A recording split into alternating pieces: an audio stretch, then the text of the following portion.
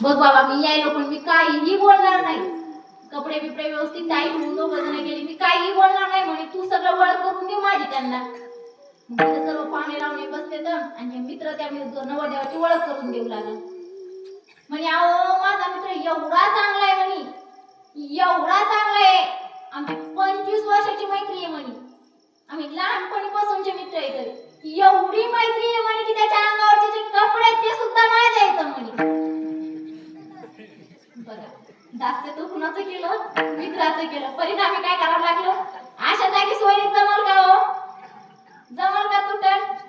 मग दास्यत्व अशांचं करा की ज्यांचं दास्यत्व केल्यामुळे आपलं हित होईल. एक दृष्टांत सांगते बघा. एका गावामध्ये जोडपं होतं.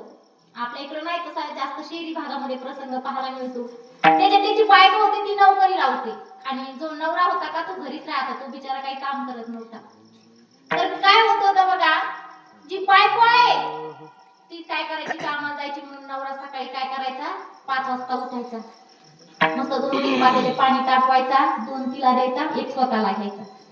2-3 प्लेट नाश्ता बनवायचा, 2 तिला द्यायचा, 1 स्वतःला घ्यायचा. चहा बनवायचा. असं त्याचा नित्यनेमाचं चालू असायचं. एकदा काय होतं, 5ला उठत होता ती 4लाच उठती. मस्त 2-3 पातेले पाणी तापवते, 1 स्वतःला घेते, 2 त्याला ठेवते, चहा बनवती, नाश्ता बनवती. ते भांड्याच्या आवाजाने उठतं, पाहत तर ही उठल्याने बघितली की ते आश्चर्यचकितच होते. आणि तिला म्हणतो, अरे तुला आज लवकर कामाला जायचं होतं का, तुम्हाला आधी सांगायचं असतं ना. म्हणे मी लवकर उठलो असतो. तेव्हा ती त्याला काय करते, ती बोलतच नाही. तो आपला त्याला वाटतं रुसली दिसली का काय माहिती बाबा, म्हणून तो आपला भाजी कापायला घेतो गुन्हानं आणि भाजी कापत असतो. ती त्याला भाजीही कापू देत नाही. मग तो काय करतो, तो आपला कणिक मळायला घेतो. ती त्याला कणिकही मळू देत नाही. ते म्हणतो, अरे काय झाले मला ते सांग ना, तुला काम करताना बघण्याची सवय नाही ना, मला अटॅक वगैरे यायचा म्हणे, सांग पटकन काय झालंय, तू असं का वागत आहे. तेव्हा माऊली ती सांगते, अहो काही नाही म्हणे, तुम्ही दररोजच काम करत असतात. म्हणलं आज बैल पोळा आहे, कमीत कमी आज तरी तुम्हाला सुट्टी द्यावा म्हणून मी लवकर उठले म्हणे.